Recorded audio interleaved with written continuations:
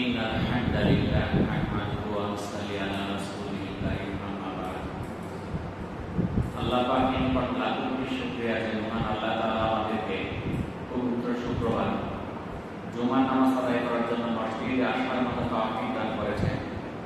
এই জন্য মহান আল্লাহর নিকট শুকরিয়া আদায় করি আলহামদুলিল্লাহ। আজকে অত্যন্ত একটা গুরুত্বপূর্ণ মাসে গুরুত্বপূর্ণ দিন। মহান আল্লাহ তাআলা 4টি মাসকে সম্মানিত করেছেন, জিলকদ, জিলহজ, মুহররম, আরেকটা হচ্ছে রজব। এই 4টা মাসের মধ্যে আবার মুহররমের ফজিলত এবং বরকত অনেক বেশি, যার জন্য এই মাসকে বলা হয় শাহরুল হারাম বা শাহরুল্লাহ, আল্লাহর মাস। এই মাসের মধ্যে এমন একটি দিন 10 তারিখ, যাকে আশুরা বলা হয়। এই দিনে অনেক ঘটনা ঘটেছে এবং ভবিষ্যতেও ঘটবে। সেই দিনটি হল আজকের দিন 10 মুহররম, আশুরা। এই যে আশুরা আজকে যাইতেছে, এই আশুরা আরেক বছর আমরা পাবো কি পাবো না আর নিশ্চয়তা নাই। তো আজকের দিনে আমাদের কি শিক্ষা করা দরকার, কি গ্রহণ করা দরকার? আজকে থেকে আমরা ধরি, নামাজকে ধরি, নামাজকে যেন আমরা না ছাড়ি। নামাজ কি করে আমরা পড়তে পারি? রাসূলুল্লাহ সাল্লাল্লাহু আলাইহি সাল্লাম বলেছেন, মানুষ এবং শিরক কুফরের মধ্যে পার্থক্য হচ্ছে সালাত ছেড়ে দেওয়া। এটা মুসলিম শরীফের হাদিস। তাহলে যারা স্বেচ্ছায় নামাজ ছেড়ে দিল, তারা শিরক এবং কুফরের মধ্যে প্রবেশ করলো। এটা মুসলিম শরীফের হাদিস। রাসূলুল্লাহ সাল্লাল্লাহু আলাইহি সাল্লাম বলেন, আমাদের ও কাফিরদের মধ্যে পার্থক্য হলো সালাত। অতএব যে সালাত ছেড়ে দিল সে কুফরি করল। এই হাদিসটা সুনানে আবু দাউদ, নাসাই, তিরমিজি, ইবনে মাজাহ সহ বিভিন্ন হাদিসের গ্রন্থে আসছে। এখন এই হাদিসে আল্লাহ রাসূল বলে দিলেন, আমাদের এবং কাফিরদের পার্থক্য হলো সালাত। আমরা সালাত করি, কাফেররা পড়ে না। এটা স্পষ্ট হাদিস। কারণ আমরা যারা নামাজ পড়ি না, আমাদের মনে অনেক কষ্ট লাগতেছে, কিন্তু এটা তো আল্লাহ রাসূল বলছে, এটা আমার কথা না। তাহলে উমর রাদিয়াল্লাহু তাআলা বলেন, যে ব্যক্তি সালাত ছেড়ে দিল, ইসলামে তার কোনো অংশ নাই। কোন ইমামের মতে যে ব্যক্তি সালাত 5 ওয়াক্ত সালাত পড়ে না, তার জানাজার নামাজ পড়া জায়েজ নাই। এই জন্য যারা বুজুর্গ ব্যক্তি, তারা বেনামাজির জানাজায় উপস্থিত হয় না। সহিহ বুখারীতে এই হাদিসটা বর্ণিত হয়েছে। নবী করিম সাল্লাল্লাহু আলাইহি ওয়াসাল্লাম এক স্বপ্নের বর্ণনায় বলেন, তিনি চিত অবস্থায় সাহিত্য এক ব্যক্তির নিকট আসলেন। এমত অবস্থায় একটি পাথর হাতে দাঁড়িয়ে রয়েছে অন্য একজন। সে উক্ত পাথর দিয়ে সেই সাহিত্য ব্যক্তির মাথার উপর আঘাত করছে, যার ফলে তার মাথা চূর্ণ বিচূর্ণ হয়ে যাচ্ছে। পাথরটি ছিটকে দূরে চলে যাচ্ছে। পুনরায় সে দৌড়ে গিয়ে সেই পাথরটি আবার নিয়ে আসছে। সেই পাথর নিয়ে আসার সময় তার মাথাটা আবার আগের মতো ভালো হয়ে যাচ্ছে। পুনরায় ওই ব্যক্তি আবার তার মাথায় পাথর নিক্ষেপ করে, ফলে আবার তার মাথা চূর্ণ বিচূর্ণ হয়ে যায়। এই সম্পর্কে রাসূলুল্লাহ সাল্লাল্লাহু আলাইহি সাল্লাম ফেরেশতাকে জিজ্ঞাসা করলেন, এরা কারা? ফেরেশতা বলল, এরা ওই ব্যক্তি যারা কোরআন পড়তো কিন্তু আমল করতো না। তারা ফরজ সালাত ছেড়ে দিয়ে ঘুমাতো। ফরজ সালাত পড়তো না, কি করতো? ঘুমাইতো। আজকে দেখেন ফজরের নামাজের সময় আমরা কি সজাগ পাই নাকি? সজাগ পাই তো মসজিদ ভর্তি। ফজর নামাজের সময় মুসলিম কয়জন হয়? 4-5 জন। আজকে কিন্তু এখন কিন্তু মানুষ অনেক, কিন্তু ফজর নামাজে কয়জন? 4-5 জন।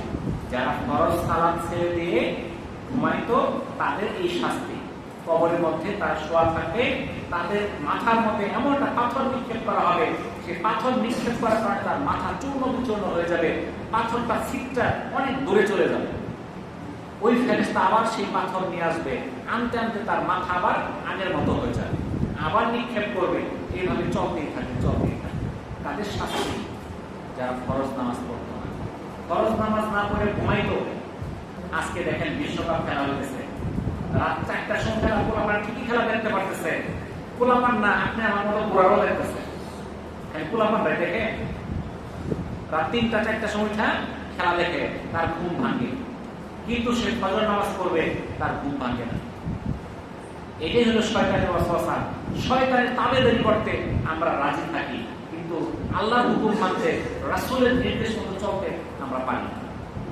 আল্লাহ রাসূল বলেন, যে ব্যক্তি সালাতের হেফাজত করলো, সালাত তার জন্য কিয়ামতের দিন যদি প্রমাণ এবং নাজাতের উসিলা হবে। আর যে সালাতের হেফাজত করলো না, তার জন্য সালাত কিয়ামতের দিন যদি প্রমাণ এবং নাজাতের উসিলা হবে না। তার হাসর নসর হবে কারণ ফিরাউন, হামান, উবাই ইবনে খালদের সাথে। এটা মুসনাদে আমাদের হাদিস। তাহলে বুঝলেন তো, যার নামাজ পড়বে, নামাজ সেই হাসরের ময়দানে তার মুক্তির ফয়সালা করে দাঁড়াবে। আর যে নামাজ পড়বে না, এটা তার মুক্তির ফয়সালা হবে না। তার হাসর হবে কাদের সঙ্গে? হামান, কারণ ফিরাউন, উবাই ইবনে খালদ। তারা কি খুব ভালো ছিল? তাদের মতো কুখ্যাত লোক পৃথিবীতে ছিল না। তাদের সঙ্গে হাসর নসর হবে। সেই ফিরাউন যে নিকৃষ্ট লোক, তার সঙ্গে যদি হাসর নসর হয়, তাহলে কিরকম ভয়াবহ একটা অবস্থা হবে আপনি চিন্তা করে দেখেন। আল্লাহ রাসূল সাল্লাল্লাহু আলাইহি সাল্লাম এই সম্পর্কে বিভিন্ন হাদিস বর্ণনা করেছেন।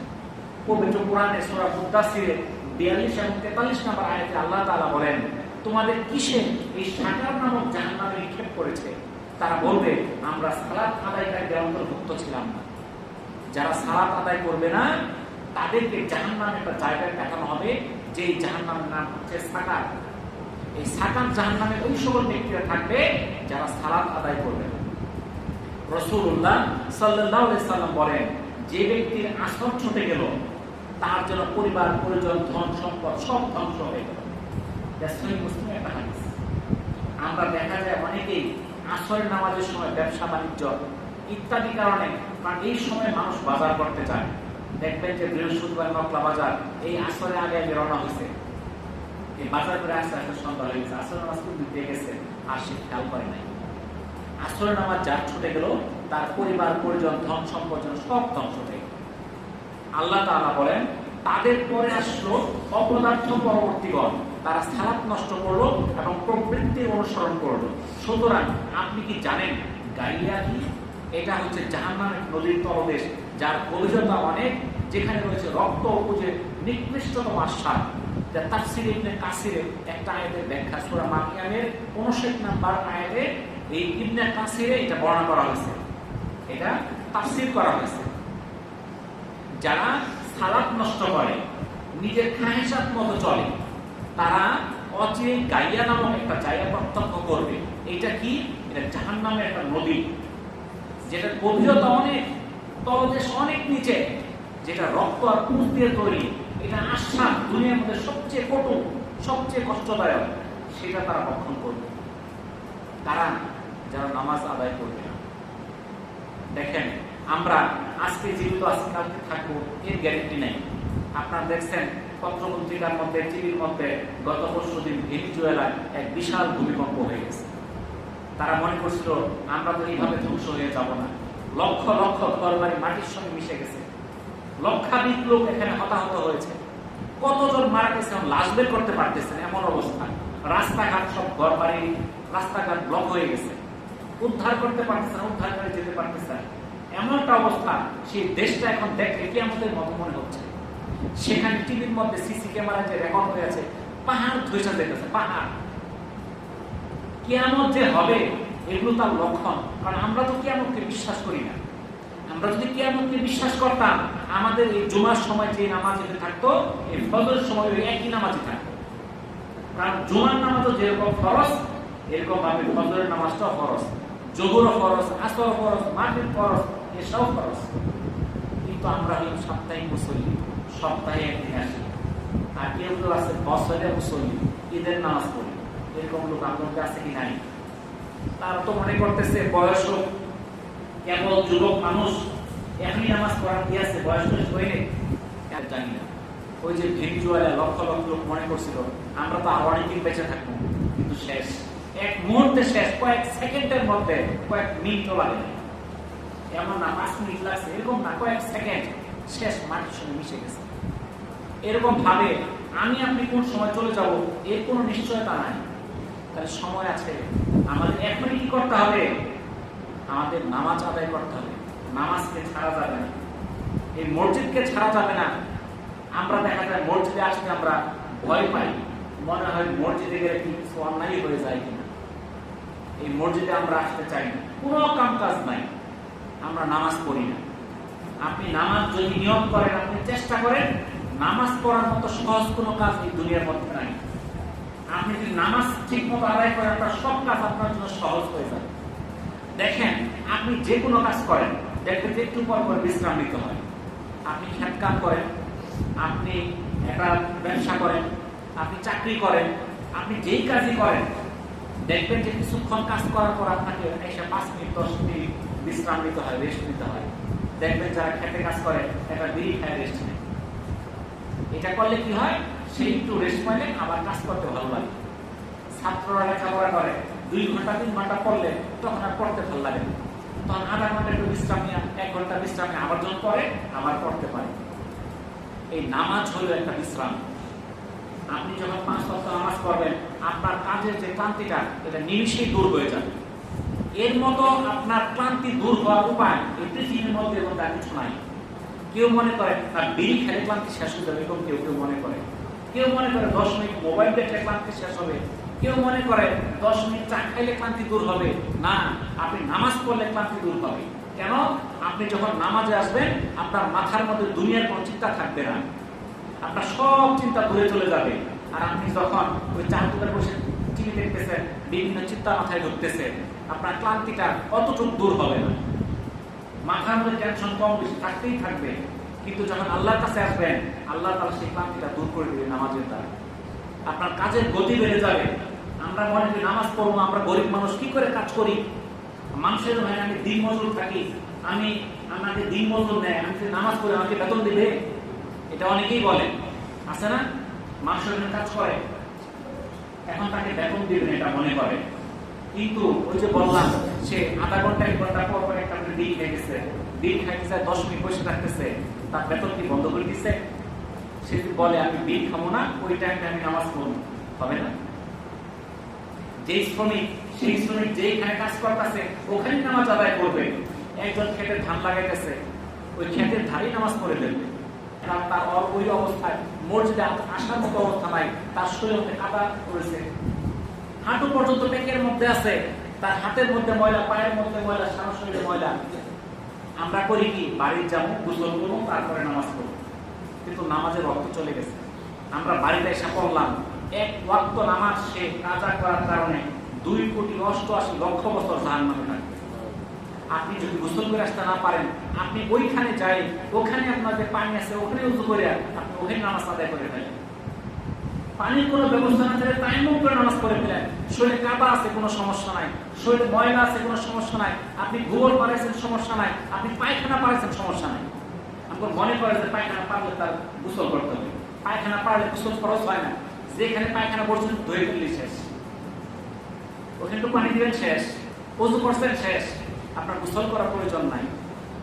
আমাদের মধ্যে কয় আমি গোসল করবো কেন, খেতে গেছিলাম, বলতে গেছিলাম, বলতে গেলে কি গোসল খরচ হয়ে যায়? তো আপনার জন্য ওযু খরচ করবেন, ওযু করবেন, নামাজ পড়বেন। এই 5 ওয়াক্ত নামাজ যদি আপনি ধরতে পারেন, আপনি দেখবেন যে এটা কঠিন কিছুই না। কারণ দেখেন, আমাদের 3 বেলা আমরা ভাত খাই, ভাত খাওয়ার সময় কিন্তু আমাদের ঠিকই ভাত খাওয়া হয়, যত কাজে তা খাওয়ার সময় খাওয়া হয়।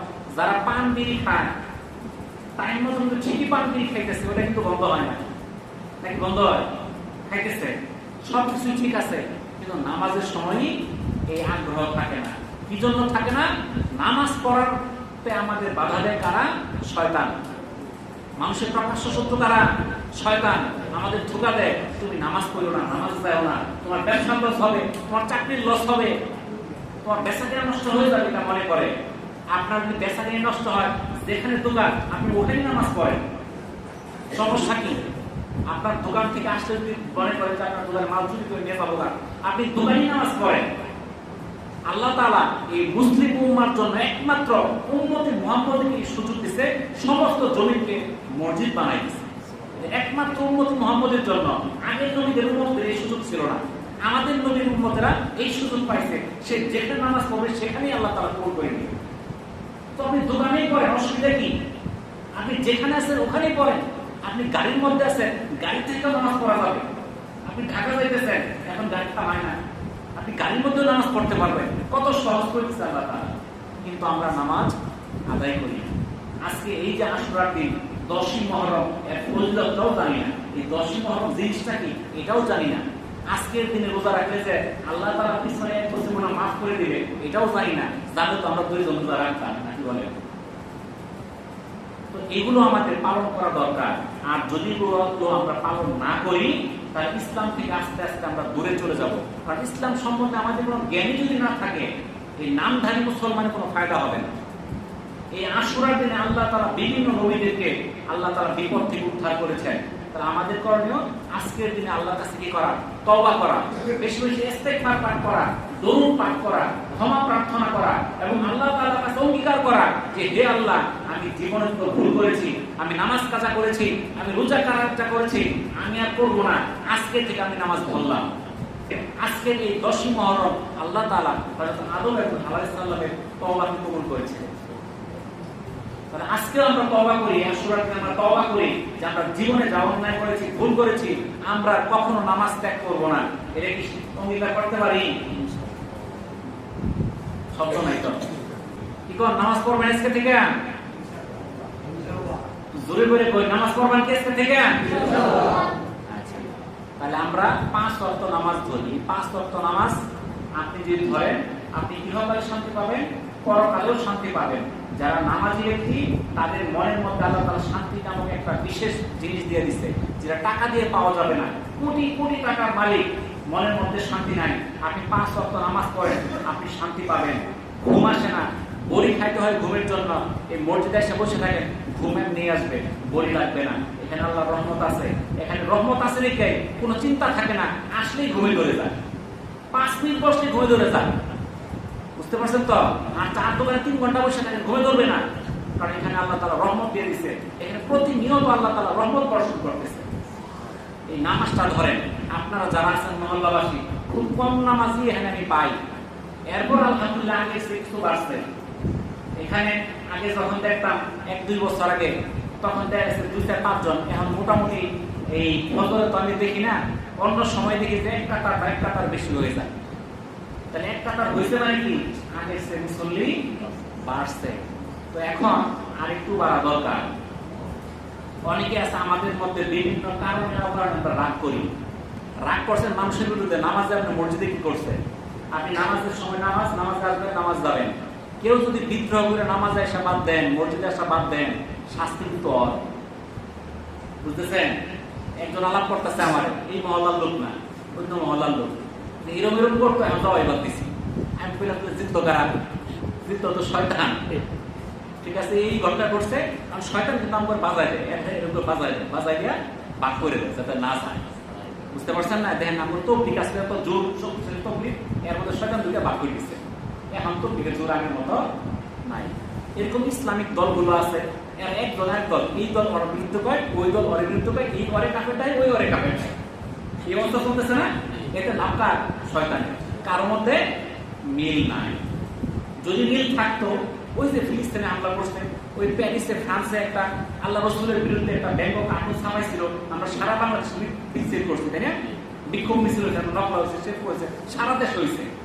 আর এই গত কয়েকদিন ইন্ডিয়াতে 23টা মসজিদকে ভাঙছে। 23টা মসজিদ থেকে মাটির সঙ্গে মিশাই দিচ্ছে। এই মসজিদের মধ্যে মূর্তি উঠাইছে। আমরা কি প্রতিবাদ করছি? কেউ প্রতিবাদ করি নাই। কেন করি নাই? এই যে দল, এক দল ভাগ হয়েছে। বুঝতে পারছেন তো? যদি ভাগ না হতো, ওই আগের মতো প্রতিবাদ হইত। এই ভাগের কারণে এই শয়তান তো দলকে ভাগ করে, এরকম ভাবে আমাদের মধ্যে ভাগ করে, এর ওর মধ্যে লাগাই দেয়।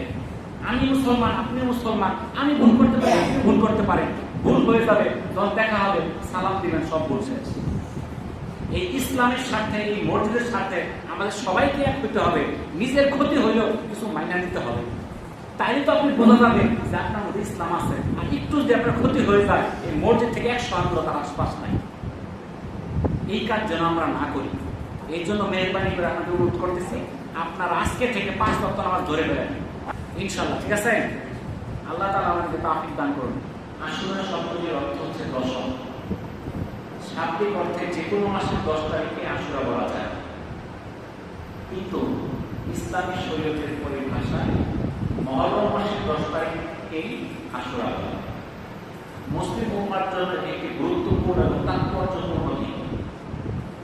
এই দিনে 680 খ্রিস্টাব্দে 61 হিজরি এই দিনে অন্যায় এবং ষড়যন্ত্রের বিরুদ্ধে অবস্থান নিয়ে ইসলামের শেষ নবী হযরত মুহাম্মদ সাল্লাল্লাহু আলাইহি সাল্লামের বর্ণিত হযরত ইমাম হুসাইন রাদিয়াল্লাহু তাআলা চক্রান্তকারী ইয়াজিদ বাহিনীর হাতে ফোরাত নদীর তীরে কারবালার প্রান্তরে মর্মান্তিকভাবে শাহাদাত বরণ করেন।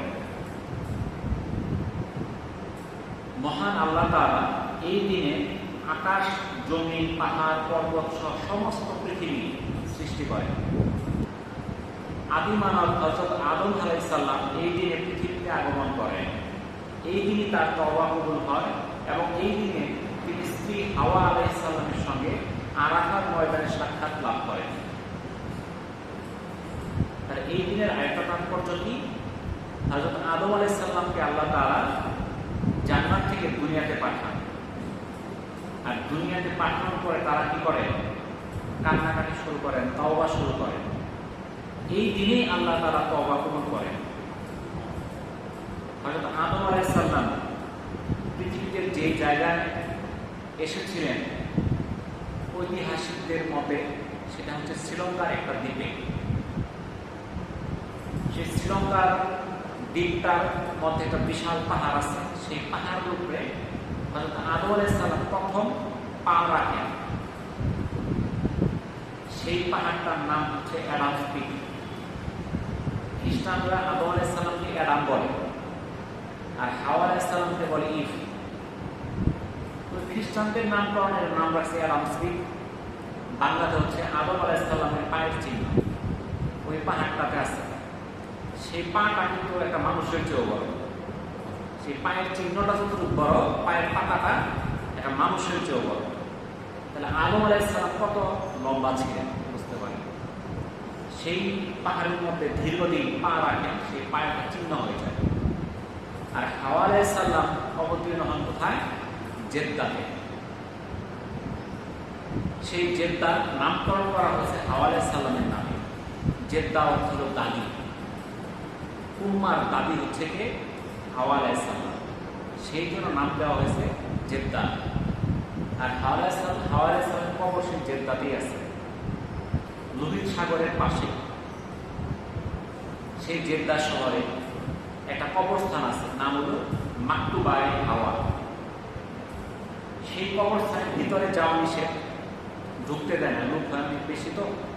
তো বাউন্ডারির পাশ থেকে মানুষের টুপি পয়রা দেখে। তো সেখানে ধারণা করা হয় হাওয়া আলাইহিস সালামের কবরটা সেখানে আছে। এই হাওয়া আলাইহিস সালাম আসলেন কোথায়? জেদ্দাতে। আর আদম আলাইহিস সালাম আসলেন কোথায়? শ্রীলঙ্কায়। দুইজন দেখা হলো কোথায়? আরাফার ময়দানে। সেই আরাফার ময়দান জেদ্দা থেকে প্রায় 70-80 কিলোমিটার করে বা 100 কিলোমিটারের কাছাকাছি। আর শ্রীলঙ্কা থেকে কয়েক হাজার মাইল, 5-6 হাজার মাইল। একুরের মাপটা আমার জানা নাই, কমপক্ষে 5-6 হাজার কিলোমিটার হবে। তাহলে এত দূর থেকে দুইজনের সাক্ষাৎ করতে কোথায়? জাবালে রহমত, আরাফার ময়দান।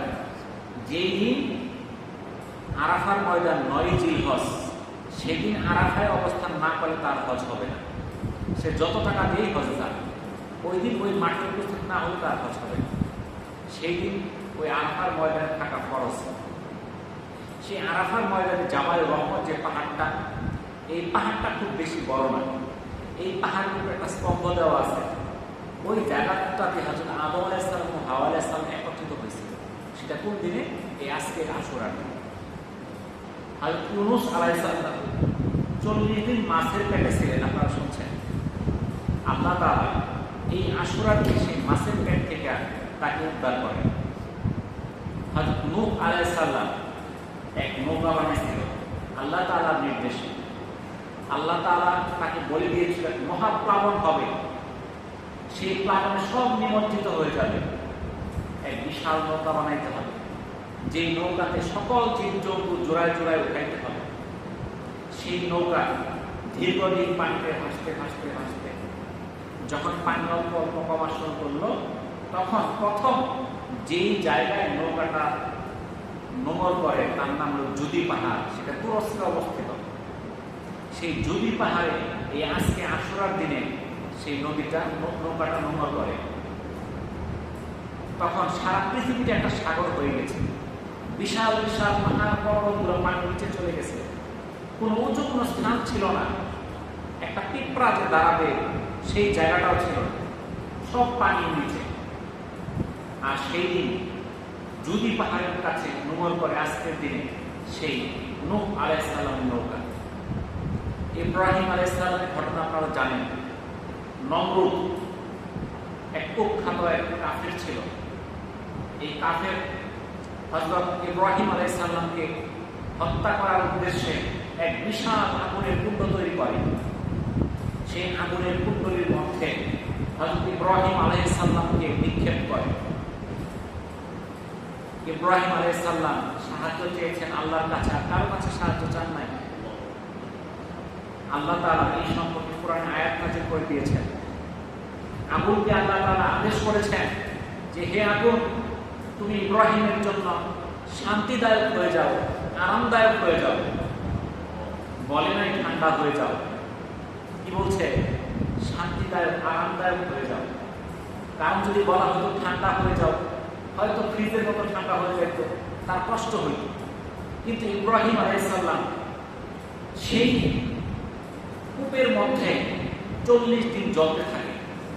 40 দিন পর আজকে এই 10ই মুহররম আশুরার দিন আল্লাহ তাআলা তাকে সেখান থেকে উঠান। তার শরীরে একটা পশম পড়ে নাই। হযরত আইয়ুব আলাইহিস সালামের দুরারোগ্য ব্যাধির কথা আপনারা জানেন। তার কঠিন রোগ হয়েছিল, তার শরীরে ঘা হয়ে গিয়েছিল। তার এই দুরারোগ্য ব্যাধি থেকে মহান আল্লাহ তাআলা এই আশুরার দিন তাকে মুক্তি দেন। হযরত ইয়াকুব আলাইহিস সালামের পুত্র হযরত ইউসুফ আলাইহিস সালাম তার 11 ভাই ষড়যন্ত্রে কূপের মধ্যে নিক্ষিপ্ত হন।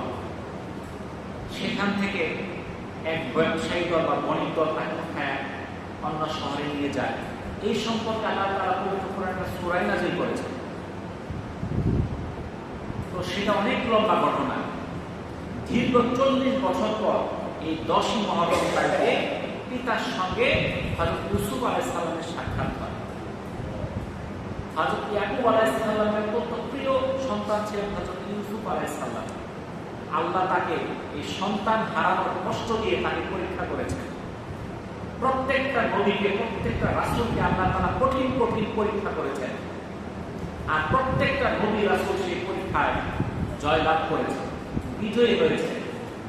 আর আমাদের কাছে যদি কোনো পরীক্ষা আসে, আমরা আল্লাহকে ভুলে যাই, এমন কথা বলি যে আল্লাহ আমার ছাড়া দেখে না, আযাব শুধু আমার উপরে আসে, বলেন নাউজুবিল্লাহ। মুসলমানকে আল্লাহ তাআলা বিভিন্ন কষ্টে নিপতিত করে তাকে পরীক্ষা করবে, তার ঈমানের পরীক্ষা করবে। সেই কষ্টকে সে ভুলে গিয়ে আল্লাহকে সিজদা করে কিনা সেটাই আল্লাহ দেখবে। হযরত মূসা আলাইহিস সালাম এই ঘটনা আমরা জানি। ফিরআউন ছিলেন এক অত্যাচারী শাসক। এই অত্যাচারী শাসক থেকে আল্লাহ তাআলা হযরত মূসা আলাইহিস সালামকে উদ্ধার করেন। কিভাবে? লোহিত সাগরে এই ফিরআউন এবং তার দলবল সহ পানিতে ডুবিয়ে নিমজ্জিত করে হত্যা করা। আর মূসা আলাইহিস সালাম এবং তার কওম এই ফিরআউনের অত্যাচার থেকে নিষ্কৃতি পায়। কোন দিন? এই 10ই মুহররম। এই 10ই মুহররম হযরত ঈসা আলাইহিস সালাম জন্মলাভ করেন। তার জাতির লোকেরা তাকে হত্যা করতে আল্লাহ তাআলা তাকে চতুর্থ আসমানে উঠায় নেন। এতগুলো গুরুত্বপূর্ণ ঘটনা এই আজকের দিনে সংঘটিত হয়েছে। প্রত্যেকটা ক্ষেত্রে ইসলামের বিজয় হয়েছে। এই জন্য 10ই মুহররম মুসলিম উম্মার করণীয় কাজ কি? সে দোয়ায় নিমজ্জিত হয়ে থাকবে, আল্লাহর কাছে তাওবা করবে, আল্লাহর কাছে কি প্রয়োজন তা চাবে। যদি চায় তাহলে যেভাবে নবী রাসূলদেরকে আল্লাহ তাআলা এই দিন তার দোয়াগুলো কবুল করেছিলেন, অনুরূপভাবে আমাদের দোয়াগুলো কবুল করবেন আমরা আশা করতে পারি। সর্বশেষ কারবালার প্রান্তরে ইমাম হুসাইন রাদিয়াল্লাহু তাআলা পরিবার পরিজন সহ শাহাদাত বরণ করেন এই 10ই মুহররম। আর এই 10ই মুহররম কিয়ামত সংঘটিত হবে। তাহলে এই 10ই মুহররমে কতগুলো ঘটনা ঘটছে, সেই ঘটনাগুলো আমরা অনেকেই জানি না। আমাদের কি করণীয় সেটাও আমরা জানি না। এই জন্য আমরা এই দিন কি করতে পারি, কি করণীয় আছে? নবী করিম সাল্লাল্লাহু আলাইহি সাল্লাম বলেন, আশুরা রোজার ব্যাপারে আমি আশাবাদী, আল্লাহ তাআলা এর ওসিলায় অতীতের 1 বছরের গুনাহ ক্ষমা করে দিবেন। এটা মুসনাদে আহমদ এবং তিরমিজির একটা হাদিস। আশুরার দিনে যেহেতু আল্লাহ তাআলা বিভিন্ন নবী রাসূলদেরকে দোয়া কবুল করেছেন, বিভিন্ন বিপদ থেকে উদ্ধার করেছেন, এর শুকরিয়া স্বরূপ পূর্ববর্তী নবী রাসূল এবং তাদের উম্মতরা এই দিন রোজা রাখত। সাহাবী হযরত ইবনে আব্বাস রাদিয়াল্লাহু তাআলা বর্ণনা করেন, রাসূলুল্লাহ সাল্লাল্লাহু আলাইহি সাল্লাম যখন হিজরত করে মদিনায় আসেন, তখন দেখলেন মদিনার ইহুদিরা এই আশুরার দিনে রোজা পালন করতেছে।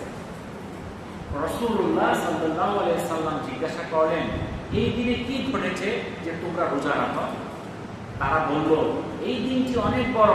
এই দিনে আল্লাহ তাআলা মূসা আলাইহিস সালাম এবং তার সঙ্গীদের ফিরআউনের অত্যাচার থেকে মুক্ত করেছিলেন। ফিরআউন এবং তার দলবল সহ পানিতে ডুবিয়ে হত্যা করেছিলেন। এর কৃতজ্ঞতা স্বরূপ হযরত মূসা আলাইহিস সালাম রোজা রাখতেন, তাই আমরাও রোজা রাখি। এই ইহুদিদের জবাব শুনে রাসূলুল্লাহ সাল্লাল্লাহু আলাইহি সাল্লাম বলেন, মূসা আলাইহিস সালামের কৃতজ্ঞতার অনুসরণে আমরা তাদের চেয়ে অনেক বেশি যত্নবান হওয়ার অধিকারী।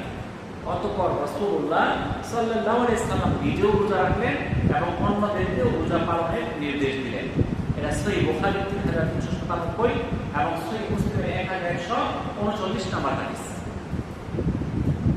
তাহলে এই দিন আল্লাহ রাসূল রোজা রাখছেন এবং আমাদেরকে রোজা রাখার নির্দেশ দিয়েছেন।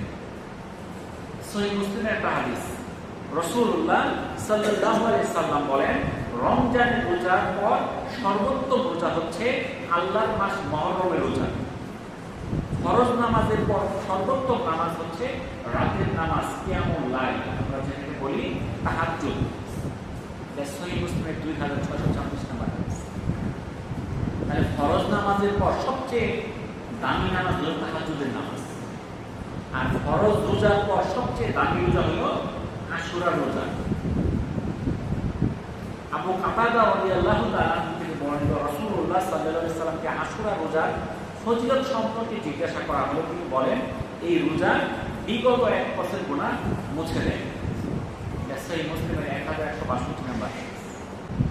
মুসলিম শরীফের একটা হাদিস, ইবনে আব্বাস রাদিয়াল্লাহু তাআলা থেকে বর্ণিত, নবী করিম সাল্লাল্লাহু আলাইহি সাল্লাম আশুরার দিনে রোজা রাখেন এবং অন্যদেরকেও রোজা রাখার নির্দেশ প্রদান করেন। তখন সাহাবীরা অবাক হয়ে বললেন, হে আল্লাহর রাসূল, বিধর্মীরা এই দিনে রোজা রাখে। সাহাবীরা কি বলল? বিধর্মীরাও তো এই দিনে রোজা রাখে, আমরা যদি এই দিনে রোজা রাখি তাহলে তাদের সাদৃশ্য হয়ে যায়।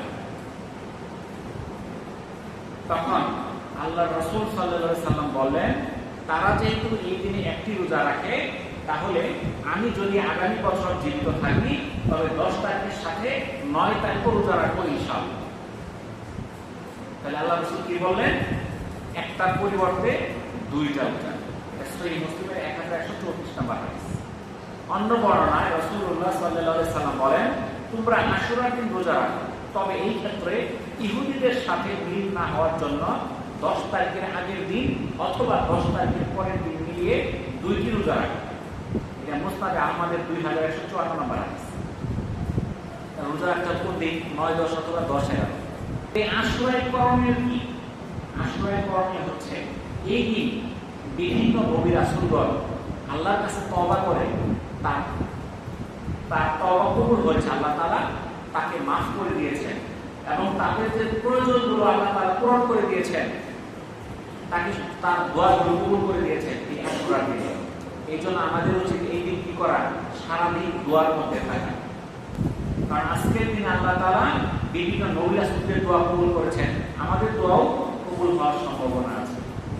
এই দিন আল্লাহ রাসূল রোজা রাখছেন, আমাদের রোজা রাখতে হবে। এই দিন হযরত ইমাম হুসাইন রাদিয়াল্লাহু তাআলা তার জীবনকে উৎসর্গ করে উনি ইসলাম এবং শক্তির বিরুদ্ধে কাছে মাথা নত করেন নাই। সেই কুরবানি ত্যাগকে কি করা? শিক্ষা হিসেবে গ্রহণ করা।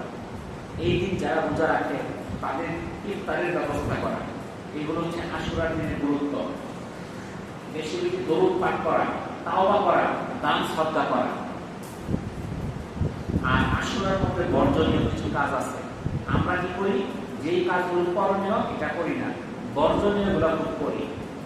এই দিক দেখবেন যারা শিয়া আছে এরা নকল কবর বানায়, হযরত হুসাইন রাদিয়াল্লাহু তাআলা কবর বানায়, সেখানে মালা টালা দিয়ে ফুল টুল দিয়া তারা প্রদক্ষিণ করে, র্যালি করে। তারা সেই কবরের সামনে হাত জোর করে কি করে, সম্মান প্রদর্শন করে, সেখানে দান শ্রদ্ধা করে, নিজের শরীরে আঘাত করে, শিকল দিয়ে পায়ের শরীর থেকে রক্ত ছড়ায়, বুক চাপড়ায়, মাতম করে। তারা যুদ্ধের ঘোড়া সাজায় তারা প্রদক্ষিণ করে, হাই হুসেন করে এরা মাতম করে, কালো কাপড় পরে।